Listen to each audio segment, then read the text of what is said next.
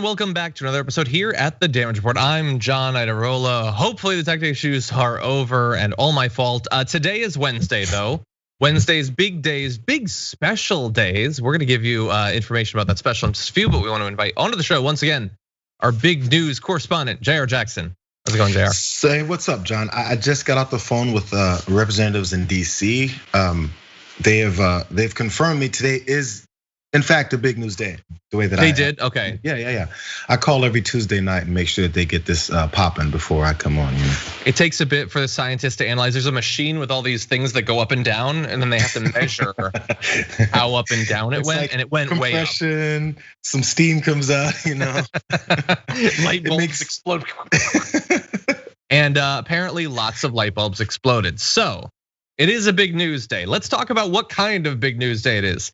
It's the kind of day where Biden is going to be giving his first big address to Congress.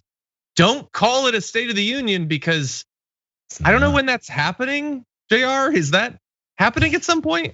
I forget why it hasn't. Maybe it's the COVID stuff, but who knows when it's gonna happen. Honestly, the fact that it's been this long and people have, I don't know, maybe because in the circles of things that I'm looking at, minimally have mentioned that there has been no State of the Union. It kind of means people don't really care. Got to be honest. It's one of those things that people, they care when it happens, but it's not like we're looking for it and like, oh my God, we missed the State of the Union. What are we gonna do now?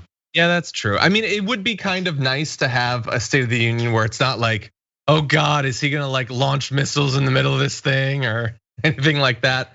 But we will have to see. But what I do know is that something is happening and we're gonna be covering that something. So you can join myself, Cenk Uygur, and Jayar. Oh, Jayar, you're in the special. That's awesome. Yeah, gonna be breaking down everything you need to know about the special. It's gonna mark Biden's first 100 days in office. He's gonna be giving details on his next big plan, which we're going to be spoiling for you in just a few minutes. That will be at 8:30 p.m. Eastern time, 5:30 p.m. Pacific time at tyt.com/live. Basically, right after the post game, which I'm gonna be joining Anna Kasparian for. You can join Cenk and Jayar and myself as we break down this Biden address. Should be fun. I hope, Jayar. We could use it. Yeah, I think so. Yeah, I think so.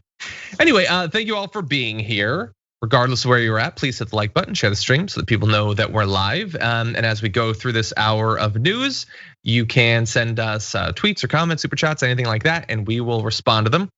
First off, wanted to thank Kevin C and Mallory McDonald for becoming members. Nidorina as well at level 2. Our level 2 and level 3 members get access to our weekly top 10 list. This week, Francesca and I did our top 10 problematic faves, and that was a fun one. Probably gonna get us in trouble. Can't run for Congress now, but it was fun. So with that, we got a lot more we're gonna be talking about, but why don't we launch into our first topic?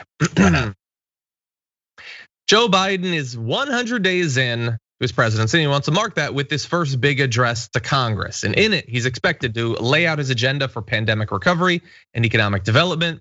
In his speech, he's expected to tout his success in vaccinating 200 million people in his first 100 days, comment on legislation to curtail police violence. I love that like the preview is not even like strongly push. It's just like, comment on it. Look at that over there. It's like, look at that dog. Yes, there is a dog. What do you think about the dog though? But anyway, he's also gonna push his big infrastructure proposal. So we're gonna get into some of the parts of the plan, how the American people think about him right now. But I will say, at least in the area of the vaccinations, we've hit 200 million in 100 days. We're probably pretty much done at this point because I don't think most of the other people are gonna get it, but that is a big success, Jayar. Can I ask you something? Because yeah, it's a big success. And man, this hit me yesterday as I was walking Sprocket, man. Because there's a friend of mine from high school, I've known her since forever.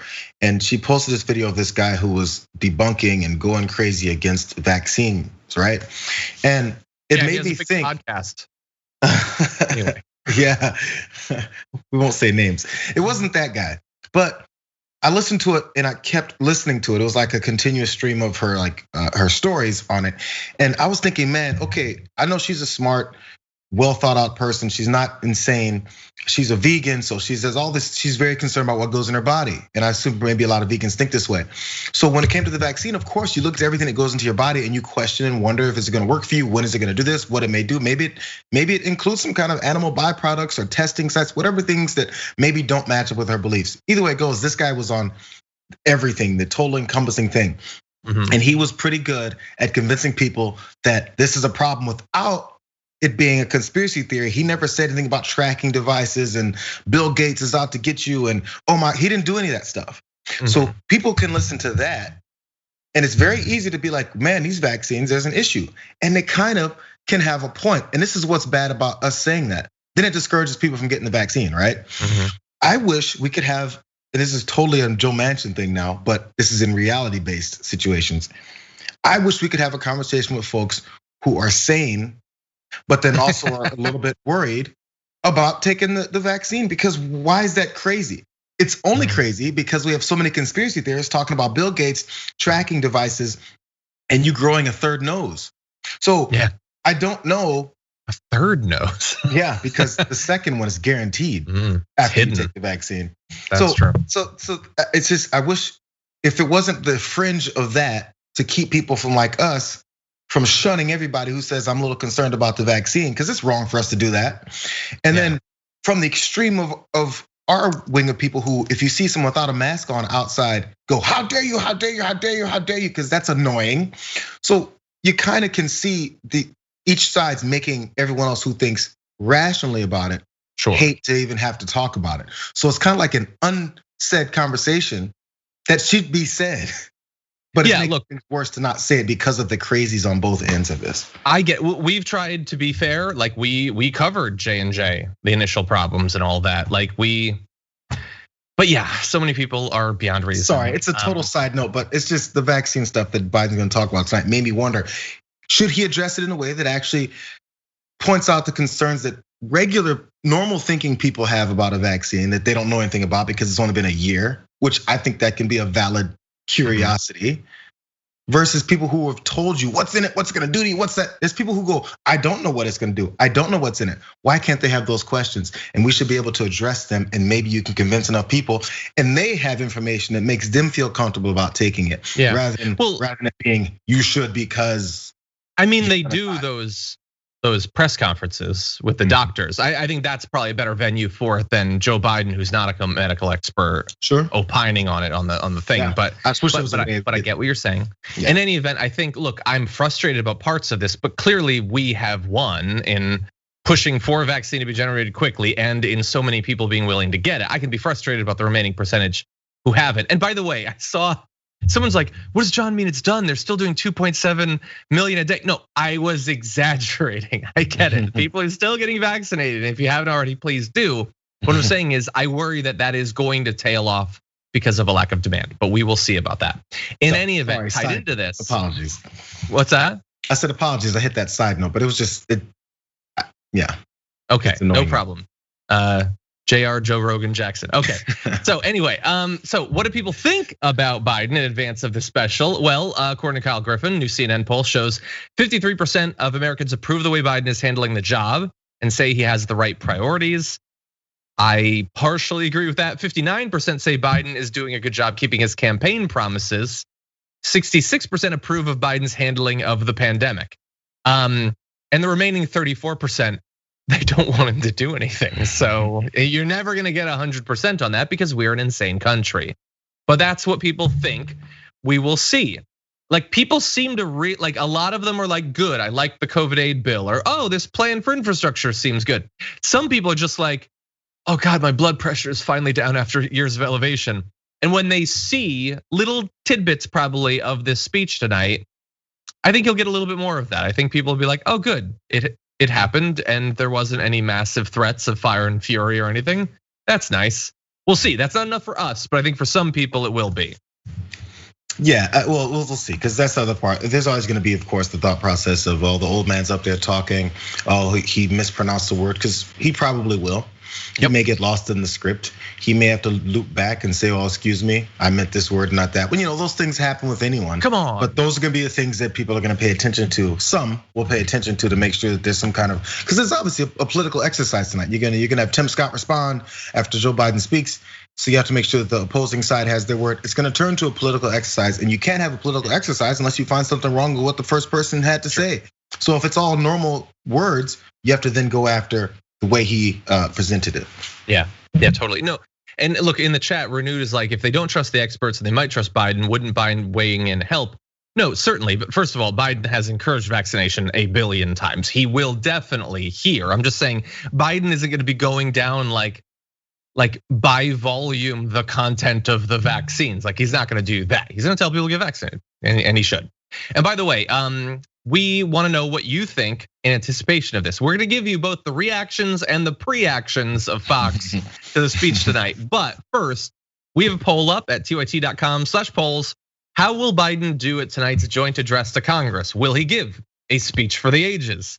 Will it be fine but uninspiring, or will he fall asleep at the podium? We threw that in there for conservatives. We love our conservative viewers for helping algorithmically.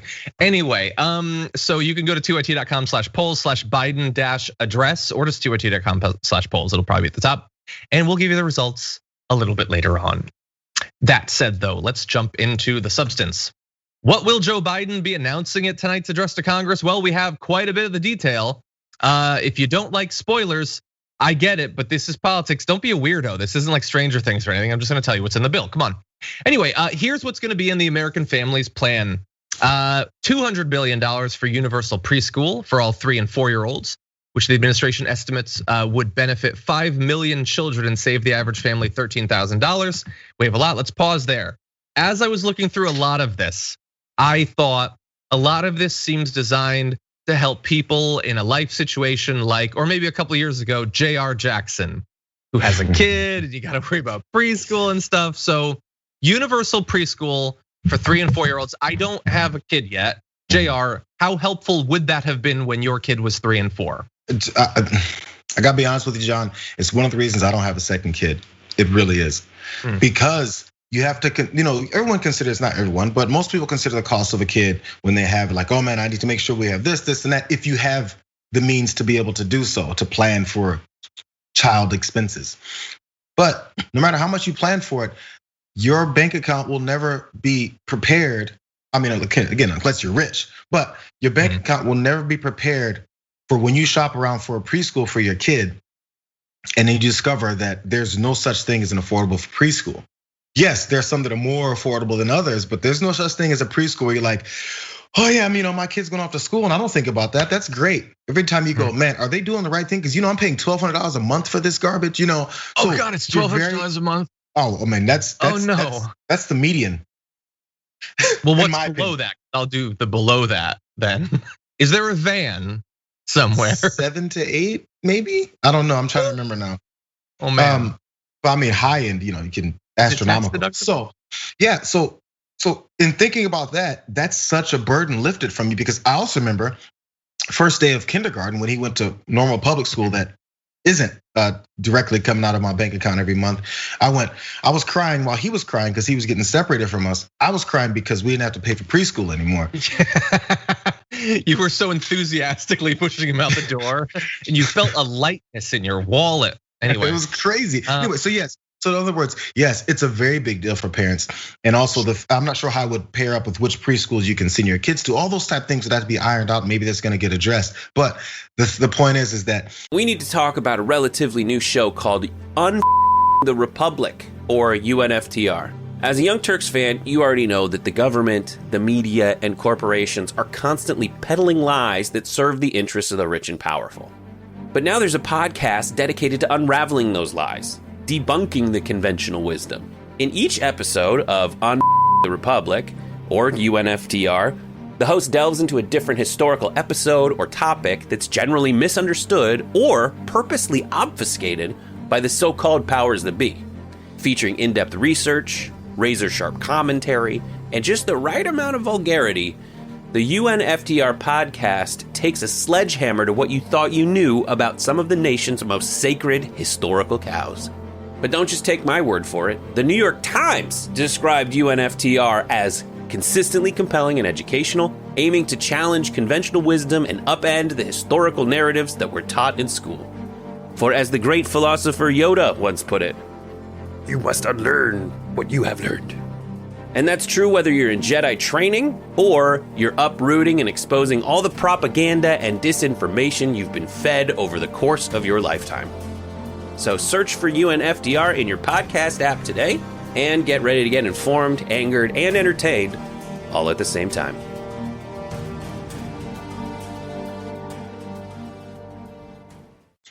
It's a very big deal for parents to have to wonder about their kid because you want your kid to go to preschool. We talk about all these studies about pre-education helps a child with this kind of development. If you do this with your child at birth, to this age, to that age, all that stuff gets pushed and everyone's concerned about it. But then there's no means for everyone to have that kind of connection for their children. So why are we pushing it so hard if we don't want our kids to have it?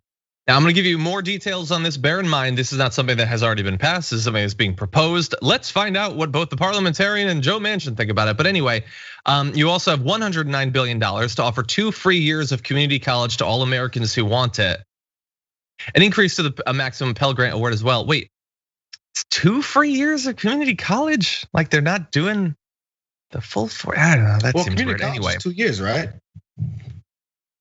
Is that generally? Yeah, I mean, I guess. Associate's but is that including? What about like when you transfer? Then you're on your own hypothetically. Anyway, I guess we'll get more details.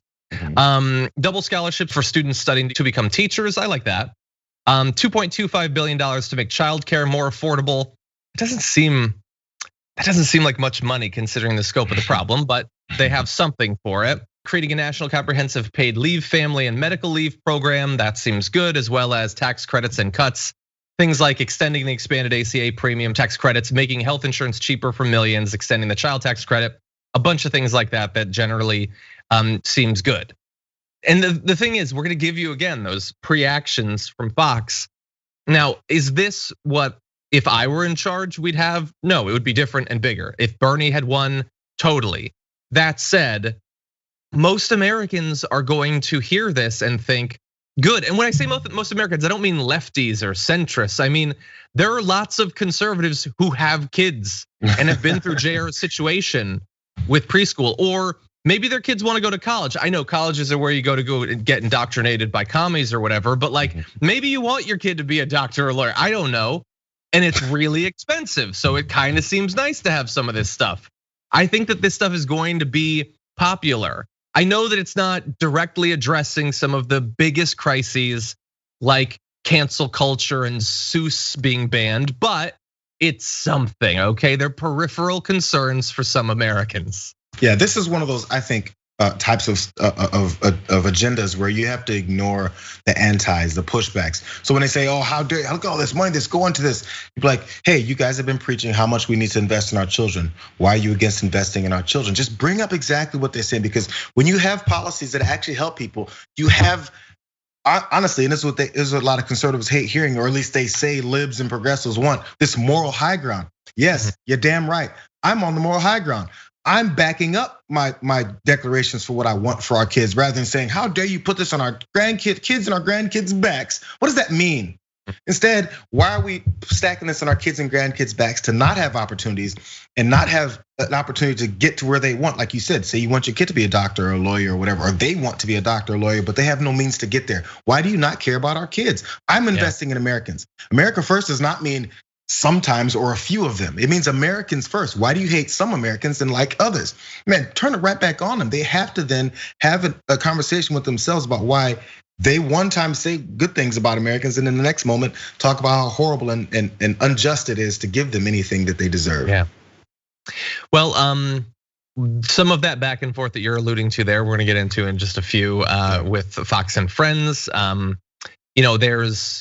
There's ideological reactions and then there's fear that, oh God, what if the Democrats for once try to actually offer something to the American people? They haven't really ever done it. We definitely haven't done it. Oh my God, it might be really popular. So we will find out. Now, the American people seem to have liked the COVID bill. They seem to like the idea that the government could do something for them. It's weird. But anyway, let's read a few comments from the audience before we move on. Benicia David says, thank you with a super sticker. Thank you very much. Lazy Peon says, so Florida just went from shoot the hurricane stupid and leveled up to your vaccine can infect me stupid.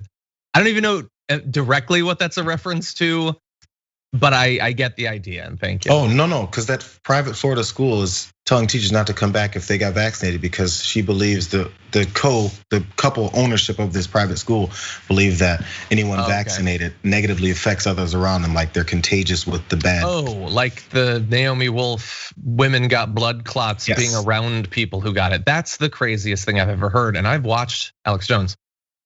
Anyway, KG Romick says, I just wanted to say thank you for sharing my dislike of Joe Rogan. I can't stand that guy. It's not like, let's be clear, it's not a generalized dislike of Joe Rogan. I don't watch Joe Rogan, so I don't have enough of an investment to say that I generally don't like him. I hated his commentary on this specific topic. And as an outsider, I think it's weird that humanity has decided he should be the most influential person out of all 6 billion of us. But no, not a generalized dislike or anything. Okay, so Nicole Nowicki says, yay, John and Jayar Wednesday. Got my vaccine appointment finally, and one for my Joe Rogan loving husband. At least I know one listener is smart. I get it. Watch the needle go into his arm just in case. On blast. Man, I'm glad she didn't give his name. A Florida Dragon says, as a vegan, less animal testing would be great, and particularly less destruction of animals. Does not necessarily translate into human reactions. Vaccinated anyway to reduce death and suffering. That seems reasonable. Shireen Garcia says, hi, John and Jayar. It's been 2 weeks since my second Pfizer shot, so my tracking device in 5G should be fully functional. Can I be yeah, Dragon? Yes, but only if that's a reference to the Sandlot. Oh no, Lena Peak says, Jayar's Candies OnlyFans new episode idea, edible underwear, enough said. And then she put some emojis of underwear and candy. My stomach sinks every time I see a super chat from Lena Peak. I'm not sure where the underwear part came into the to this OnlyFans, but that's true. It's banned on his OnlyFans as a general rule. Emma Rochelle says, I'm in Missouri and I pay about $8,000 a year for just one kid. Shaking my head, it's crazy. And you still have to pay the full week if they close for breaks and holidays. Oh God, I am going to teach my dogs to look after my kid. That's what I'm gonna do. Anyway, oh no. Oh God, second only to Lena Peak super chats. Bart has a comment and I see the word vegan in it, so I'm immediately very worried. Bart says, to convince some of the vegans who do not want to get vaccinated, just tell them once they get a shot, they will have a lifetime supply of almond milk and cookies. Wait, I'm not a vegan. That would convince me. Like, I love the idea of almond milk and cookies. That sounds great. It's still milk and cookies, but I like your idea. Oh damn. Sexy Melly B over on Twitch just hit 12 months as a Twitch subscriber. Damn, thank you for that. And Dragon Squad Lady hit 5 months. Thank you for that. Says being vegan has nothing to do with not taking vaccine. Being vegan means doing the least harm as possible. Has your friend ever taken a Tylenol? Please don't say vegan and anti-vaxxer in the same sentence. It's ridiculous. Wait, I don't know if did I say something? I don't remember maligning vegans as being anti-vax or anything like that. I don't think. Anyway, if I did, I apologize. I don't have any memory of saying that. That was Bart that did that. No, I think it was I was talking about my friend that's a vegan, and she was posting stuff about the anti-vaccination stuff, but it was all very in-depth stuff. Yeah. Okay, just wanted to clarify. Jayar's the bad guy. Okay, that said, let's jump into this thing. Joe Biden is going to be giving his address tonight, promising big plans to theoretically deliver some economic relief to the American people in a variety of different forms. Mitch McConnell has to get out in front of that. He's just viscerally opposed the idea that the government should deliver for regular people. And here is how he chooses to spin Biden's first 100 days. The American people elected a 50-50 Senate, a closely divided House, and a president who preached moderation. He promised that his whole soul was committed to uniting our people. Many hoped his administration would reflect that promise, but the first 100 days have left much to be desired. Over a few short months, the Biden administration seems to have given up on selling actual unity in favor of catnip for their liberal base, covered with a hefty coat of false advertising. Inspiring. Oh wait, we lost Jayar. Wake up, Jayar. He's done. Now we can give our commentary. So that was Minority Leader Senate Mitch McConnell. Mitch McConnell. Anyway, so The degree to which they believe in the BS that they're talking about every day it shows in the way that they say it. Like if you can't have enough of a connection to your statement, it's fine that it's written. I'm not those people who's like teleprompter. I bring that up to make fun of the people who had a teleprompter issue with Obama because everyone uses one. But at least have some kind of emotional connection to it where we actually believe you believe it. Why would he? I don't know. It works. It worked for him this far. So maybe I'm the wrong one. But it's uninspiring, and it just kind of shows they go through the motions because they just know all we have to do is say the other side hates you. They're not working for you. Nothing behind those words. Just say that they dislike you and they're against unity, and then move on because it's all it takes. Because they know we've already separated ourselves into teams, and no one's gonna switch. Here's one particular way that was BS. And as I go through this, please just gaze upon Jayar and his background art. In those comments, Mitch McConnell said, the American people elected a 50-50 Senate. And what he meant by that was they wanted it to be split. They wanted bipartisanship. What are you talking about? They delivered a 50-50 Senate by electing 2 Democrats in a state that doesn't have Democratic senators generally. And they did that like a month or 2 after choosing a Democratic president. So they gave the Dems the House in 2018. 2 years later, they gave them the White House. 2 months later, they gave them the Senate. And that is, for Mitch McConnell, proof positive that they want balance in American government. No, and by the way, so the results of the Georgia special elections, in his mind, means the Republicans should get what they want. So presumably, if they'd gone the exact opposite way and they'd elected 2 Republicans, then I guess that would mean that they wanted the Democrats to get their way. I kind of doubt it, actually. It seemed like no matter what happened, he was gonna say, oh, the American people don't want any relief for Americans. No, it doesn't make any sense. It doesn't have to make any sense because it's, again, so he's still pushing the unity line and Joe Biden's administration, I want unity. They giving up on unity. How does unity work again? Again, nobody comes back. At least people of any kind of political substance or politicians in Washington won't say, hey, this Republican Party keeps talking about unity. When are they gonna unify? We won. They still haven't said it. We won. Shut up and get in line. Unify behind me. Mandate American people. Push all that same stuff. See if they want to be against the American people. Tell them every time that they lost. When they lose, they tell you that you lost.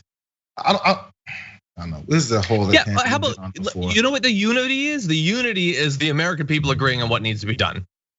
That's what it is.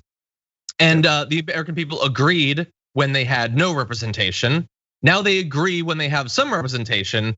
But no matter what the actual political makeup of the Senate, the White House, all of that, Mitch McConnell doesn't care what the American people think. So we've got our unity. You're not in it, okay? Because you don't represent enough people. Anyway, I do want to move on to other reactions though. Here is what Fox and Friends had to say in anticipation of tonight's address by Joe Biden. I want to start off with something that will sort of make history. Steve Doocy with some good criticisms of Joe Biden that are accurate and fair. And then unfortunately in the same clip, Brian Kilmeade starts talking. Some of the things he promised on the campaign trail that are going to be missing from his speech tonight. Missing lower prescription drug prices. Not going to be talking about that. Not going to be talking about expanding Medicare eligibility. And this is really important. And I know a lot of you watching have been curious about the estate tax. He will not be including that campaign plan to raise the estate tax from 40 to 45% or lower the exemption from 11 million to 3.5 million, because there are a lot of people, particularly family farm owners, who are very concerned about that particular provision. If it went in, they would be sunk. Yeah, he'll get around to it, trust me. America, you elected Bernie Sanders, you just didn't know it. Some of the most influential political commentators in the country can't tell the difference between Joe Biden and Bernie Sanders. How about this? Talk to one of the supporters of either of those 2 candidates, and they will explain some pretty massive differences there. But Jayar, they're worried about all these family farmers that are very worried about the estate tax affecting them. These multi-millionaire small family farms. Yeah. They said to their audience, I know a lot of you are worried about this estate tax. Okay, maybe they're worried about it. They're not gonna be affected by it. You have to be a multi-millionaire. And they're just expecting, oh yeah, no, that affects literally everybody. Doesn't everybody I know is worried about the death tax? Yeah, well, because also the picture that they paint of these small business farmers is this guy with some overalls on, some Levi's overalls on, and a ratty t-shirt underneath, and he's got this charcoal covered face, and his 12-year-old son is his only helper on the whole farm, and they're trying to farm 10,000 acres of land, and they're trying to herd cattle, and then they got some pigs in the back and chickens over here. And that's where your food comes from when it goes to your local grocery store. That's the picture that they paint to people, and they think that that's what farmers are now, right? In the country. And oh man, these estate taxes are gonna destroy our farming. Then after that, guess what's gonna happen? Food prices are gonna go up. There's gonna be food shortages. Potentially even some grocery stores that don't have fresh food. All that already happens. But nobody cares when we point out the real reasons why those things happen. Instead, we're gonna say, hey, these Democrats / Joe Biden, who is also Bernie Sanders now, is now looking to destroy our farming industry because of the estate tax. When people should ask, okay, what does the estate tax do to these particular farmers? How will it affect our flow of food or whatever else you think that they're giving you or selling to you? Those questions need to be asked. And if you have a problem with it after you have those actual answers, okay. But they don't want you to have the actual answers to those things. They want to tell you what it looks like. They paint this picture of 1950s America where there's these local farmers and that's the only thing you can get your food from. Go down to the corner store and get your eggs. No, that's not how it works. So that's this whole down home old school American picture is just not the way it is. Yeah, I'll play a little game. I'm curious. There's thousands of people watching. Anyone in the chat on either Twitch or YouTube, have you ever even known anyone that was affected by the estate tax? I sincerely doubt it. Now maybe our audience is skewed less hoity-toity rich, I don't know, but I kind of doubt it. Now that said, the disconnect between the hosts of Fox and Friends and the sorts of people who are going to respond very favorably to some of what Biden is going to announce tonight becomes even clearer when Ainsley Earhardt starts talking about their plans to provide 2 free years of community college. Just free reporting. college. Think about free college too. Yeah. If your family doesn't make a lot of money, there's something called a scholarship. You can apply for that right now. We don't have to give free college to every single person. You can apply for a scholarship if you have good grades. Financial aid. Exactly. If you make good grades and you've worked your tail off to get into the college, then they can give you a scholarship. There are when you deserve it. I mean, look, I get that libs are supposed to be the ones that we always just lecture people. We don't understand real people's economic concerns. That was 3 multimillionaires telling their audience, no, all that stuff that you believe about your difficulty paying for college or your kids' difficulty paying, no, that's all wrong. Systems in place, just get a scholarship, systems in place. And I know because I went to college 25 years ago and I was able to pay for it or my family was able to pay for it. So you clearly must be able to pay for it. And yet, I don't know, is their audience, does they have a problem with that? How many people watching them right there have kids that are struggling to pay for college or that are going into debt? And yet they're just nodding along. Yep, no, there's scholarships. We don't need any help. There's no problem whatsoever with affordability of higher education. No. So frustrating, Jayar. Yeah, this is the part of it. So then scholarships, again, to cover total college expenses. What are the college expenses in general? What about the school that your kid got into or wanted to go to, or it actually will help him get into he or her get into their field of study, or I'm sorry, their profession after they study at this college. There's reasons why kids go to certain colleges, and there's reasons why they take these particular instances. So when you have scholarships and grants and all that stuff as a part of it, will it cover your total college expenses? I had grants, I had scholarships, it didn't cover it all. Absolutely not. Yep. Now you can always say, hey, maybe you should have gone to another school. That's fine. But the problem is if you actually want to do something the way you would like to do it, this freedom we like to talk about in this country of going where you like to go, pursuing your degree, and having a profession that you enjoy and actually benefit from, let them choose their way. What's wrong with that choice? And then what's wrong with Americans getting what they paid for? College would not be free. It's not free. Where did that money come from? I hate that. It's not free college. We already paid for it.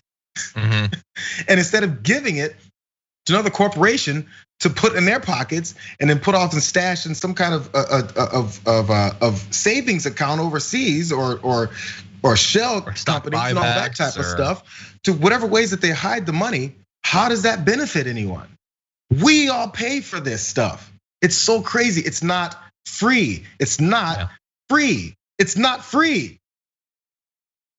Yeah, I mean, the issue there is that Fox and Friends has their audience and they have their audience. There's the literal people watching their program, and then there's the people that are designed to benefit from what they're advocating for. And that's actually gonna become very clear in our last video. So Fox and Friends, and Fox more generally, the entire right-wing media sphere, has really worked overtime to create an environment where if the Dems did what they should do over the next few years, and that is very much not guaranteed, they will be very much unable to understand why things are going the way they are and why people will respond very favorably to it. So I wanna show you a bit of Fox and Friends. This is them talking about taxes, what the American people think about taxes, and what the American people think about government programs that actually benefit them in some fashion. And take a look at how difficult it is for these 3 millionaires that are paid for their political analysis, their ability to incisively break down what's actually happening, what people want to happen. Look at them trying to work out what's going on.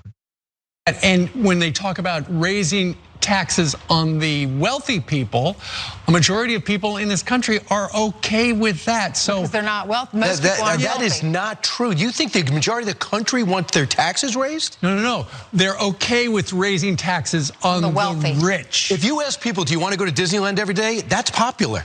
But is it logical? Is it feasible? Is it practical? No. You can't have, but the most American people know you can't be sober and expect all these free things and have a capitalist free market society. I just remember the poll that we cited last year about this time, and I want to say it was a Reuters poll, showed that something like 65% of Americans were okay with jacking up taxes to pay for things that they wanted. And these are politically popular. So jacking up other people's taxes to get something you want has got to be very popular. Brian, if you used to have a job pre-COVID, and now you're getting a paycheck from the government, and it's more than what you made, they like that, even though it's our money. Right. And if you get your college paid for and you don't make a lot of money, they like that. But you have to It's understand our something. money, it's very expensive. That is called socialism. I agree. And that is not a successful economy. The reason why we have a free market capitalist economy. That's not what we're working towards here. Sooner or later, someone's gonna have to work for a living, earn that money, and be willing to give up 7 of every $10 that they earn. And when the American people are forced to look at this holistically, that is not popular. It's sad when you are giving more money to the government than you are putting in your bank account. Not gonna last. Sad. Yeah, and it's not at all remotely what Joe Biden is actually talking about. And by the way, America did actually have that for the wealthiest earners for literally decades, and our economy exploded in leaps and bounds in growth, but we're gonna pretend that nothing of that happened. You need to look holistically. I want more lessons about how to look at things holistically from a guy who couldn't follow Steve Doocy's incredibly basic point that he was making. Yeah. Like, it is difficult to stand out as so dumb on Fox and Friends that the other two hosts feel the need to pull you back in line live on air. But anyway, Jayar, what did you think? Well, there's multiple times it stuck out to me. Ainsley was talking about, that you could pay for the schools and all that stuff, but it's our money. Who's again? Because the conversation is about taxing people who are not getting taxed at the higher end of the financial spectrum, right? Corporations and things like that. But now it's our money. There is this. We talk about unity. We keep talking about conservatives, keep talking about unity in this Biden administration. There's this division in the country, and they keep spreading it further and further. Every time you talk about my money, our money, it's feeling for you and that and you. This assumption that half, or not even half, these top 1% of the country is paying, and everyone else in the country is just tax free. Almost cussed. That's crazy. That is just not the case. So every time that these regular Americans have their taxes do go up, and then we keep handing our money over to the richest folks in the country and then say it's gonna help the economy because we're gonna help you as long as you give us all your money first. That conversation is never had. They just don't wanna have that conversation. Instead, hey, anybody who's not a multimillionaire and a billionaire, the problem is you're just sucking off the teat of America. It's a continuously downgrading and slamming rhetoric that goes to normal people. Like, they hate Americans. They really hate. She was really upset from the thought of contributing to society the way that people she hates contribute to society. If you get more money in your bank account than you're putting in that way, When is that happening? That little $1,200 or $600 here and there, trust, people are paying way more than that back to the government. If they don't, they're getting hunted down by the IRS, they're getting jailed, they're getting fined. All that stuff happens to people. We know that. They don't have the time and money to actually look into rich people or corporations that are doing worse things. Yeah. I would be mostly okay with the fact that that's as influential and watched as it is if they just admitted what they were. That we are three rich people doing content to benefit the rich and to delude people, conservatives who are not rich, into thinking if you support what we're saying, either maybe someday you'll be rich, or at the very least, you'll still feel morally superior to the libs. You may not ever actually improve your lot in life, but we'll distract you with potato heads and Dr. Seuss and stuff, and you'll feel better than all of those people. But they pretend that they're the ones who are speaking out for the economically downtrodden, the people who've been forgotten. We just had back-to-back videos of her mocking the idea that people should get help in paying for college, that they could get scholarships or charity or whatever. And then talking about how their money is being taken for these programs. Now we all pay. We all pay, and we all get a say in what we pay for. And we not individually, we can't change the entire system, but we can try. So for instance, I pay for fossil fuel subsidies. I pay for bombing in Syria. I don't want to. And so I use my voice and my platform to try to change that. Turns out the things I want tax money to go towards, things like helping people pay for health insurance, preschool, all sorts of things like that, are far more popular. Now in a true democracy, we shouldn't need to have that fight. It should just produce the right political outcome. That hasn't happened yet, but we're working on it. And the idea that government priorities would reflect the priorities of the American people, she reacts so viscerally to that. Yeah. And not just her, all three of them are appalled at the idea that the government would actually provide for regular people. But okay, no, continue that way. Continue that way, pretending to be populist while telling your audience the government should never do anything for the working class. And see how that works out. You guys have had a great track record in winning popular votes over the last couple decades. I'm sure it's gonna work out very well for you. Well, yeah, they don't have to concern themselves with the popular vote of people because that's not how we elect people. Potentially, yeah. We'll see. I agree. Now, let's read a few super chats and then we're gonna press on. And I think we'll continue as it is for now. We're gonna see. The D-Block might not make it. Anyway, if you haven't already, please go to tyt.com/polls and you can vote in our How Will Biden Do It Tonight's joint address to Congress poll. It's gonna be a fun one and I wanna see your results at the end. Penguin points out no State of the Union after inauguration, presumably because they're too new to have done much. They do the address instead. That's true. It just, then why demarcate it as not being the State of the Union? You can give a State of the Union as it is that you're getting elected into. It's all campaign speeches anyway. It's just such a ridiculous, it's all ridiculous. Anyway, Jackson Kissling says, shot 2 of Pfizer today. Now I can transform into a car. It was alarming at first, but it's a very efficient car. So overall, a good decision. Love Arbitrary Dragon. Thank you. Don of Division Street says, Jayar, thank you so much for expressing that voice about the vaccine. I've been waiting every day for someone on TYT to say this. Thank you. What's up now, Ida Rolla? Am I the bad guy? I've been failing. Anyway, Sea Salt Chip says, here's a Sandlot reference for you, John. We haven't seen Sprocket in forever. Forever. Jayar, you could fix this. You could bring him out. There were so many emojis in the chat for Sprocket. I've noticed that today Sprocket is not actually in the house. He's out already on his adventures. Yeah. So no Sprocket today, not even a possibility. Usually I just, I hide him, but this time he's actually not here. Okay, lies. He's chained up in the basement. Anyway, Matthias, thank you for becoming a tier 1 YouTube member. I appreciate that. Sofia Smirnov says, my family is super blue collar and has worked her tail off. When I went to college, they still had to fork over almost $8,000 a year after I got $10,000 of scholarships. Plus, I also have to take out a federal loan. No, Sofia, you're wrong. Because Ainsley Earhart went to college before 9/11 and she knows what's actually going on. You're wrong about the thing you're experiencing right now. Jesus. But we are the lecturers on the left.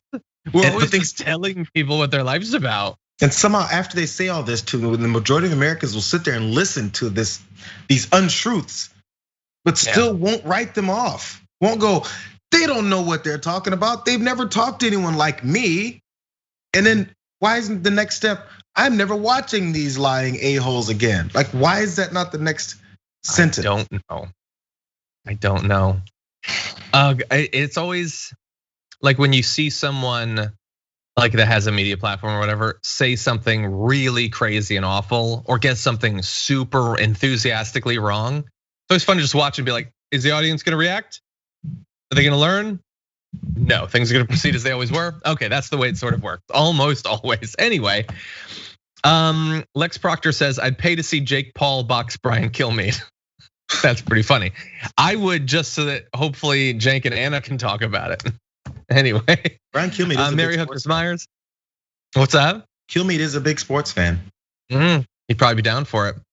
Yeah, maybe Hannity. After all, he's such a fighter. Remember those segments? Oh, yeah. Oh God, Mary Hookers Myers says, OMG, is he really that dumb? Unfortunately, yes. But well paid for it, by the way. Okay, so Black Raven gifted 2 tier 1 subs over on Twitch. Thank you so much for that. Birdie Blythe did 1 as well. Trima Butiki gave 1 too, hitting 69 total. Very nice for Twitch. Thank you. Obi-Wan Kenobi gifted 2 as well. Thank you much. Thank you very much as always, Obi-Wan Kenobi. Appreciate that. Okay, Minnesota Patior says, got my second Pfizer shot yesterday. Feel like a weight has been lifted and I'm able to see my parents finally. Thank you for all you do at TYT, keeping us sane, and always love Big News Wednesdays with Jayar. Thank you, Minnesota, and everyone chatting over at Twitch. It's so funny that we just like, it was what I don't even remember how we started with Big News Wednesdays, but now I really think of it as it's Big News Wednesdays. I want a Big News Wednesdays shirt. John, the thing is I'm a bit of a marketing machine. Yeah, I say it and it becomes a thing. Like I said, you have to manifest. Yeah, bro. He's the merch manifester. You know what? I'm going to make a quick call. I think we're gonna skip to the D block and then proceed from there and see what we can get to. I think the C block, thematically, I can make work tomorrow with Viviana. That said, while the director is scrambling to fix what I've just done to him, let me remind you that after the post game later on today, we're gonna be giving you some commentary of Biden's big address. Cenk, JR, and myself, but also really importantly, JR, you're coming in the studio, right? I will be in studio. Yeah, we're like, this isn't just a special. We're all gonna be at the desks talking, like doing our pre-stuff, giving our live reaction of Biden, and then Tim Scott's gonna talk, Jamal Bowman's gonna talk, we're gonna give it a reaction. Like the before times. It's gonna be awesome. Not gonna wanna miss it. Not going to miss it. The energy is gonna be electric because of it. I think it's gonna be great. It's gonna be so cool. Even if I'm probably gonna be over here at the kids' table. Unfortunately, you guys are gonna be over there. Anyway, I was thinking I would be at the side, but we'll see. We'll see. Anyway, with that, we proceed on with the news. Man, this hour is passing fast. Okay. Is that really the? Oh yeah, I guess that's thematically linked. I was like, that's a weird B-roll. Anyway, remember earlier this week when basically every right wing in the country became convinced that Vice President Kamala Harris had been having her book given to kids being held in migrant lockup. Yeah, and it turned out that that was not true. The idea that you would believe it is true is just crazy, but many people did. Now they had one excuse, which is that a New York Post article said that it was true. That was the only source for it, but they did have that source. That has since been changed. However, there's another update as well, and that is that the author of that article put out a few tweets. Laura Italiano says, an announcement. Today I handed in my resignation to my editors at the New York Post. The Kamala Harris story, an incorrect story I was ordered to write, and which I failed to push back hard enough against, was my breaking point. It's been a privilege to cover the city of New York for its liveliest, wittiest tabloid, a paper filled with reporters and editors I admire deeply and hold as friends. I'm sad to leave. That is apparently all true, even if the name sounds a little bit made up. Like, it sounds like something Francesca would come up with on a Monday show at TDR. But anyway, it is apparently true. I'm not gonna stake my entire political ideology on it like they did with the original story, but it is apparently true. And so it looks like an instance where there was some pressure by the editors to produce a certain story, even if the writer who was putting it together did not believe that the evidence actually supported it. Well, it sounds like it's rife with all kinds of problems. But if that's the case, and maybe it would have been, I guess, jeopardizing her job if she came out before this and pointed out that she's getting pressured to write the story. But I mean, your job's gone now over it. And was she pressured because she knew it was all a big lie? She knew it was like, propaganda to push a certain point. I don't know if she included any of that in her explanation. But I mean, the courage to point it out now, I guess, is something. But the courage to point it out before you spread misinformation and lies that then get picked up all over the place, that would be. It's a hard. I mean, helpful. If you're going to lose your job, I get that. It is your job to lose your job rather than tell lies as a journalist. But yeah, but she quit her job now anyway, so it's the same result, just after you caused the damage of misinformation. I mean, it might be, but what I'm saying is, Jayar, it might be that you put it out there, you don't like it, then when it's picked up, it shows you how much damage that can do, and probably a feeling of even greater guilt. Like, it's one thing to okay a story, but then when it becomes like the national story for right wingers for 24 hours, like actually kind of pushing the fake Biden meat story out of the news cycle, then maybe that's like, that tells you, no, I gotta get out of here. This is not where I need to be. Maybe. I mean, I guess we're giving her the benefit of the doubt on all this stuff. I'm trying. Yeah, no, and by the way, it's fine too. I'm not against that. Because we never know what was actually going through her head or what actually happened in the timeline and way she felt about it, and if she felt she needed to keep her job. And then, people's breaking points are different. So I'm not here to judge that. It just, I don't know, maybe this can be a cautionary tale for anyone else who's looking to write some more propaganda or is being told to write lies for the sake of pushing a propaganda point for a certain side. It just doesn't make any sense.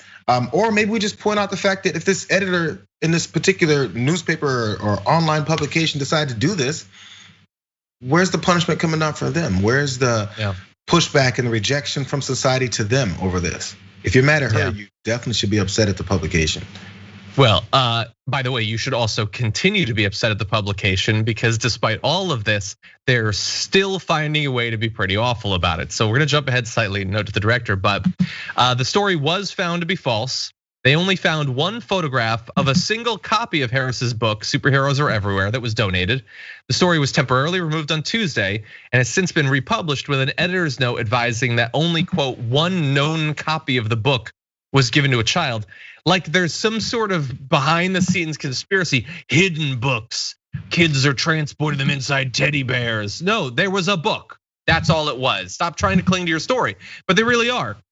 The revised version of the article removed the claim that the Harris book was being placed in welcome kits and added the fact that the book was donated by a community member, but it still claimed that the presence of the book in the shelter was, quote, an open arms gesture by the Biden administration, even though there's no evidence that the administration had anything to do with it. Biden is guilty because some volunteer maybe put it there. Can we at least think about, okay, approach this as if you are a conservative, someone who is a Fox News watcher and is gonna believe anything that's said, or maybe is a New York Post, the publication? Yeah. That wrote it and you read it and you're outraged. When I'm outraged about something that's happening politically, I go, I can't believe they're doing this because it does this. What if Kamala Harris's book was all over the place? What if her book was first off a welcome package? Is there, and then folks that are coming in are seeing it? What does that do for them? What does that do I wouldn't want it. Migrant children who just got here over whatever kind of treacherous journey they took to get here, and then they're here, and then Kamala Harris's book is sitting there.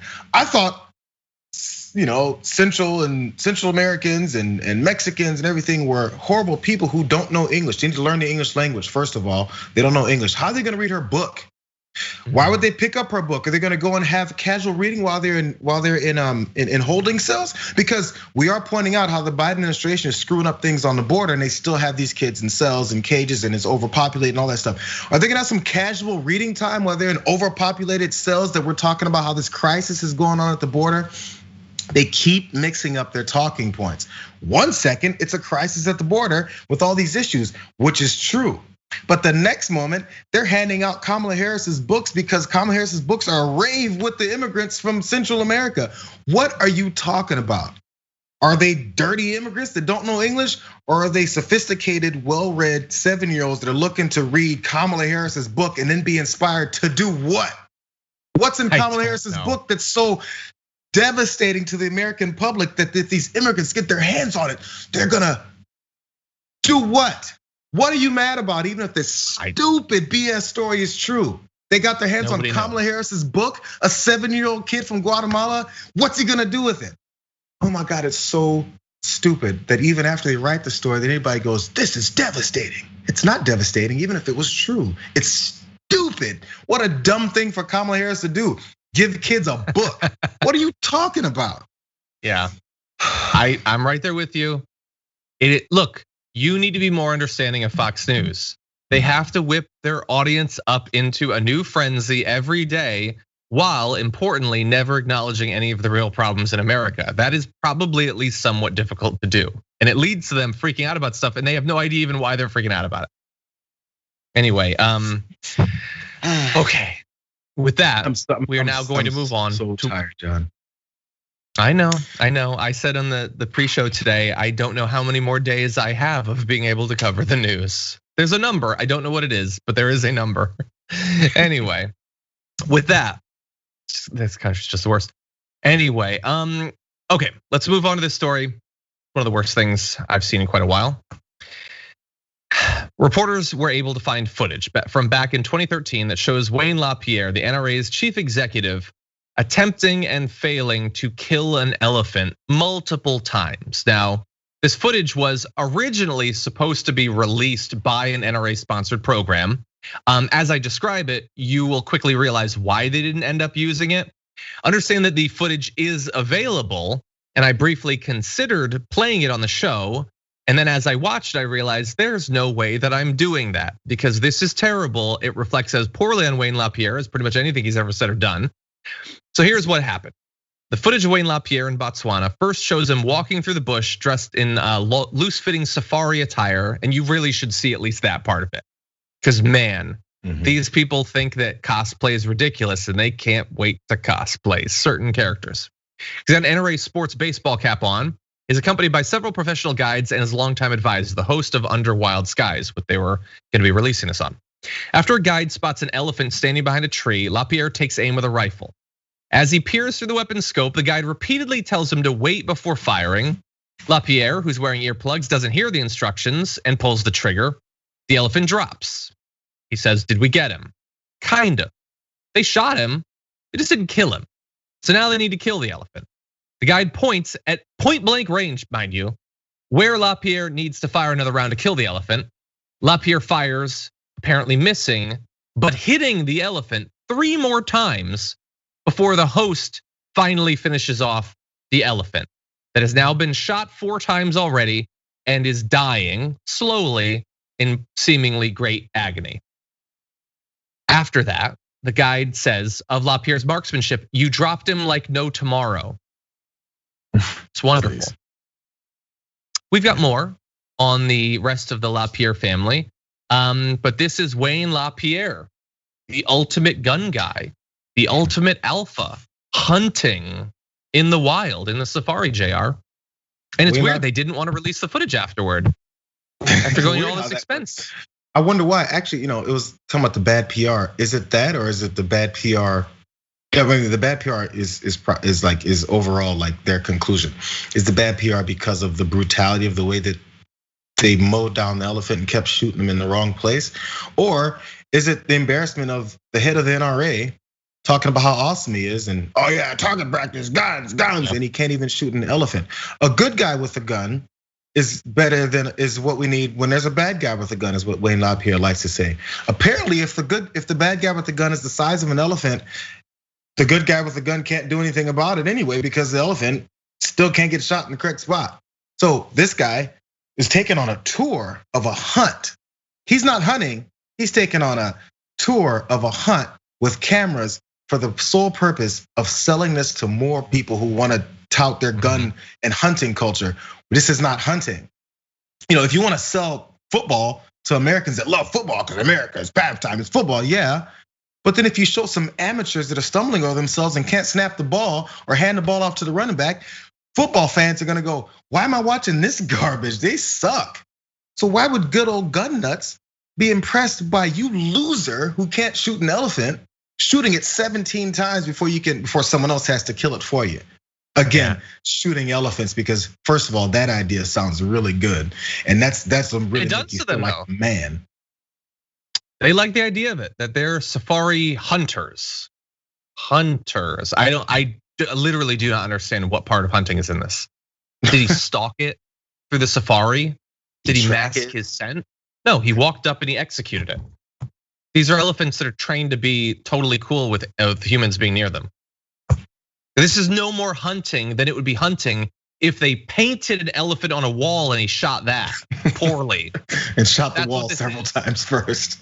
And look, and then later on, his wife kills an elephant. She actually apparently did it. She comments on how old it is, how wrinkled it was, and says, victory. You know, like the thing you say after some big struggle or challenge is overcome. She executed an old elephant and then decided she needed a trophy, so she cut its tail off and said, that's my elephant tail, way cool. There has never been anything less cool than what I just read for you. The entire thing is absolutely appalling.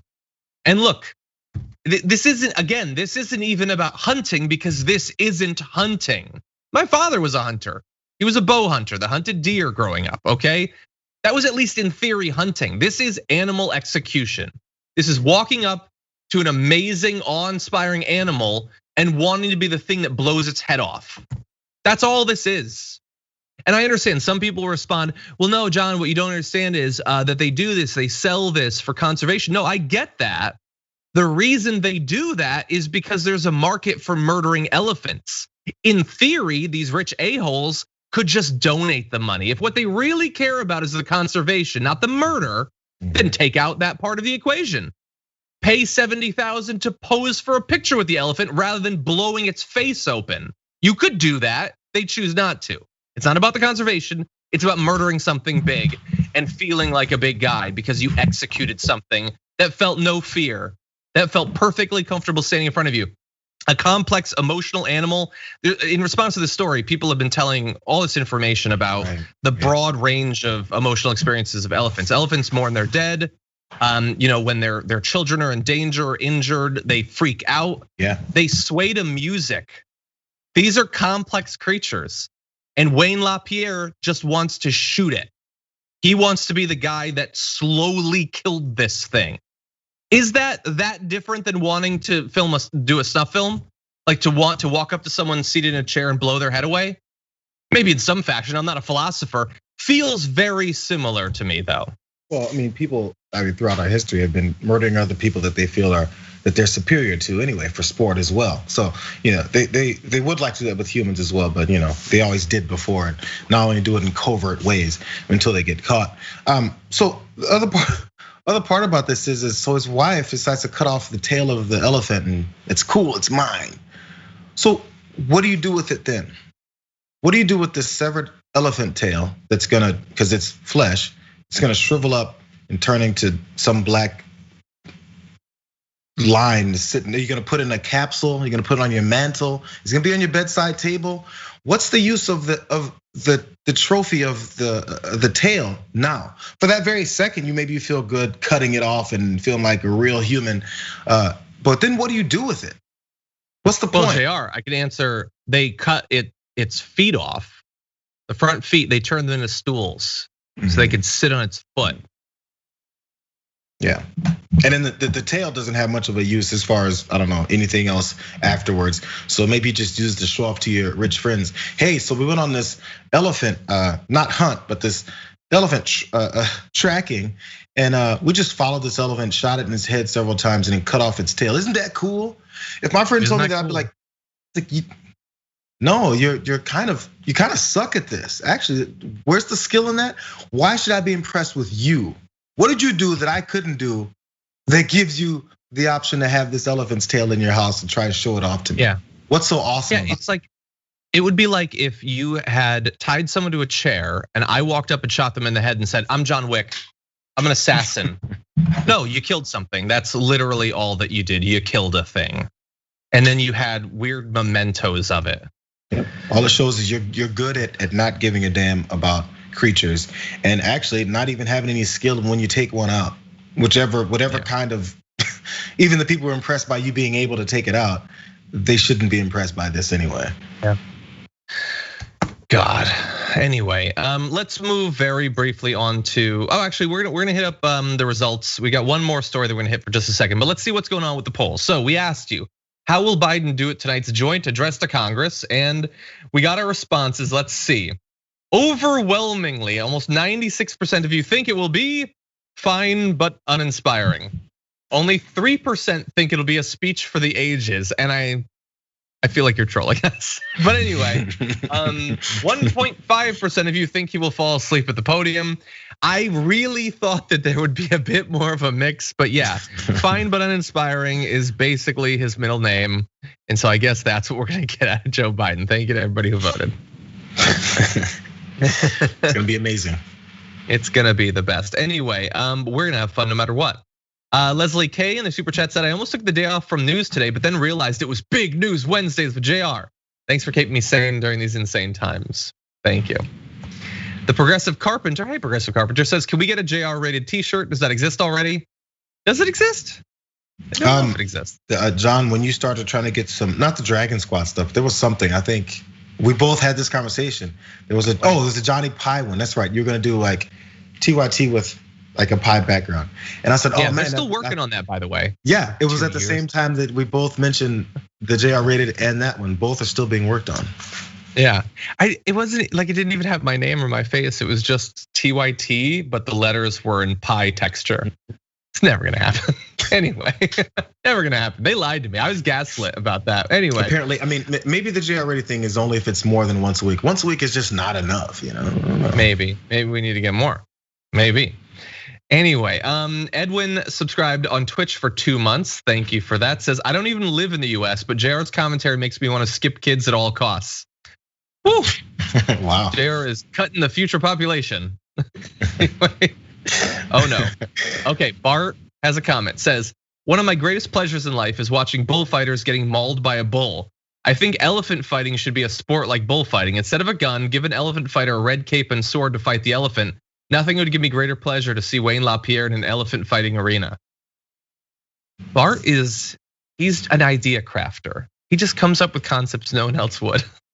And by the way, that whole bullfighting thing, they also give a disadvantage to the bull because the bull would always win.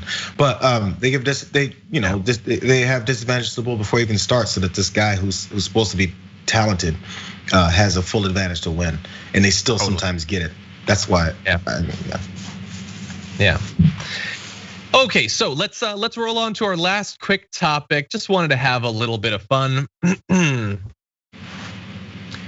Josh Hawley, he just wants to be cool. He wants to be the coolest right winger, and he's gonna trigger the libs, and he's gonna give them all the red meat that they want. But like, he doesn't even know what he's doing. He's polling at like 1% for 2024. Anyway, so he has a book that he totally wrote called The Tyranny of Big Tech. So he's one of many of these right wingers that hates big tech, and he tweeted about it, which is the start of how fun this is. The corporate media and the woke mob don't want you to read this book. They tried to cancel it. They failed. 1 week until publication, order here. So I want you to leave that up, and I want to acknowledge what everyone at this point has acknowledged. So Josh Hawley hates big tech, and he tweeted about it on Twitter on his iPhone from Apple about a book that you can now buy on Amazon. What is he leaving out? I guess TikTok isn't involved, but I'm feeling he's gonna dance to show you how cool the book is. That's all of them. Like, if he had tweeted it while standing next to like Mark Zuckerberg and be like, hey Zucky, what do you think about this tweet there, buddy? That's the only thing that's not in there. You dumb dummy. John, I imagine the 3 names you would have called them if we could curse on air, but and it was awesome. Those things that I imagine. So yeah, it's the tyranny of this big tech. Apparently, he's a part of it. It's this continuing argument that big tech is the devil, and you can have that argument, but at least don't participate with it. No. It's like, I don't know, man. It's maybe this is what Donald Trump's doing. It is. You can't go ahead and push against the vaccine and talk about the dangers of the vaccine and then go get it. Why would you do that? It doesn't make any sense. It's like you're disingenuous and you don't believe and mean anything that you're saying. You're just doing it to sell something. Because of course, again, a president candidate for some reason has to have a book written somewhat near when they run. And they also have to somehow have this division over the book too. All the libs and the big tech and them and that, they don't want us to go see what they don't want you to see. What happens to selling the book? Which part of the book is getting sold here? What is in this book that I want to read, Josh? All Josh tells us. He didn't write it. Somebody wrote it. Let's have the ghostwriter come on the show.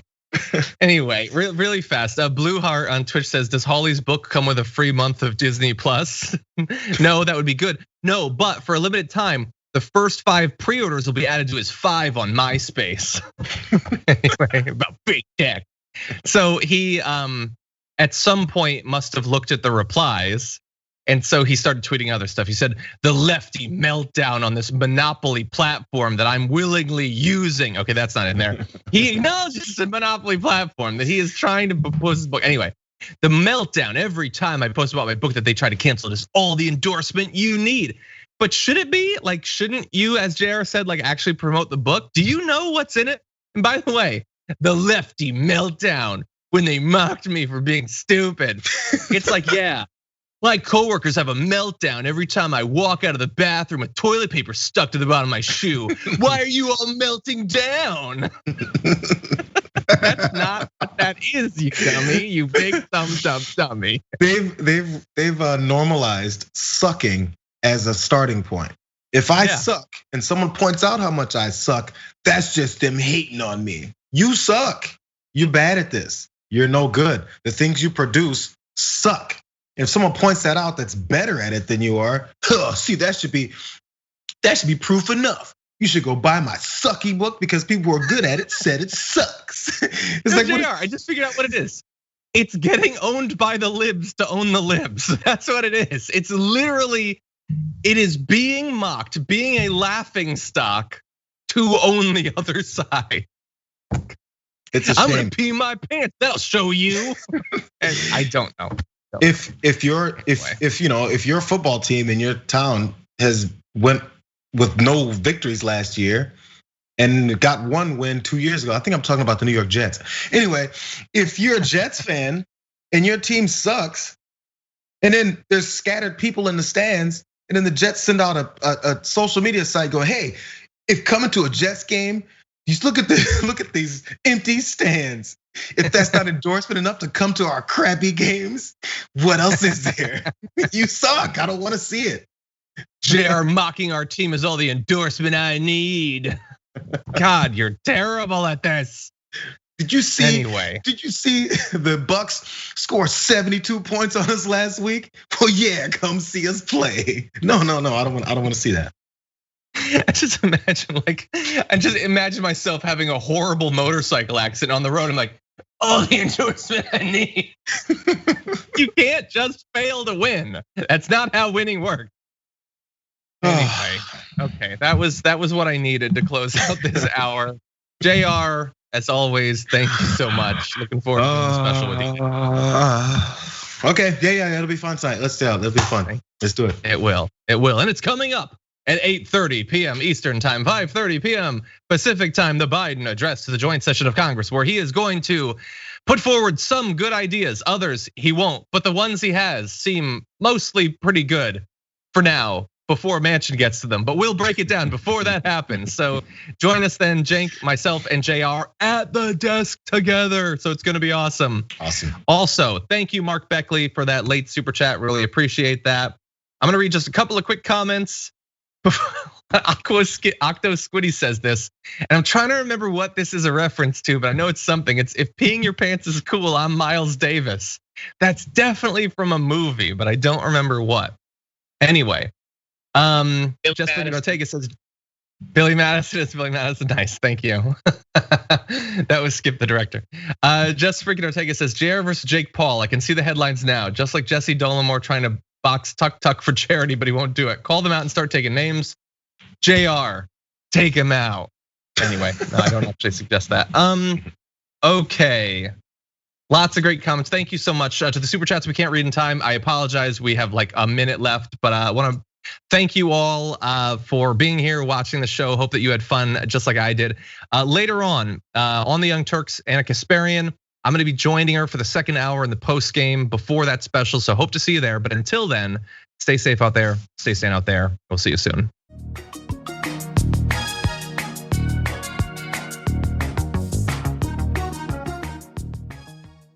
Thanks for listening to the full episode of The Damage Report. Support our work, listen ad-free, access members-only bonus content, and more by subscribing to Apple Podcasts at apple.co/TYT. I'm your host, John Adarola. I'll see you soon.